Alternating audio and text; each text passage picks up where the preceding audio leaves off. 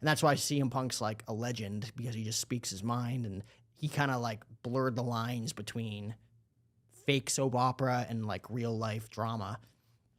So like that got me hooked on a completely different level, which years later, 13 years later, that was one of the best years in pro wrestling ever up until this year. Right now it is on fire. Like the best time to be a pro wrestling fan is in 2024. Because now they're partnered with the UFC, with Endeavor and TKO. I think it's like TKO Group Holdings or whatever, Holdings Group.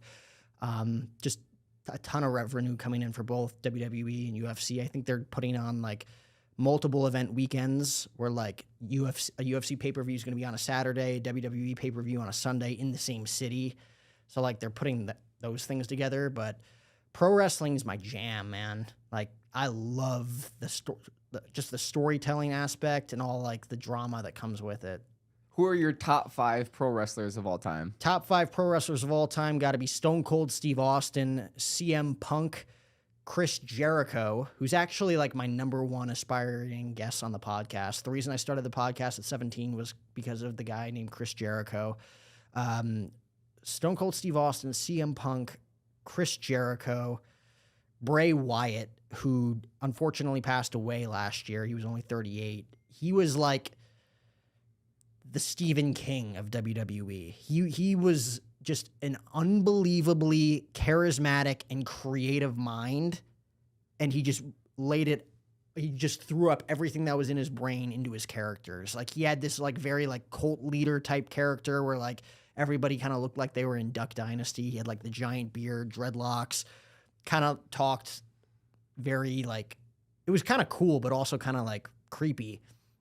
He was in like a rocking chair that would creak back and forth, like just like kind of like horror vibes. And then he went away for a year, came back, and his new gimmick was that he was kind of like this like Blues Clues, Wiggles type like talk show host where like he dressed like Mr. Rogers and he was all like happy and giddy.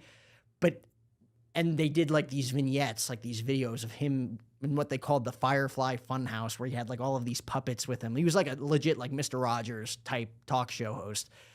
And week after week after week went by, and you're like, this guy was such like a really like weird and eerie character, and now they turned him into this. But as the weeks went on, you're like, oh, this is gonna get dark at some point. And he had like this demonic alter ego that he called the Fiend, where he had like this demonic pale white mask, and he put on like yellow contacts, kind of like Sith eyes. And he was just like the creepiest. I'll pull up a picture for you. It was just like the creepiest alter ego character, and he was like completely indestructible. It would light him on fire and he would come back and kick everybody's ass. Like he was just probably one of the most mesmerizing and charismatic WWE superstars of all time.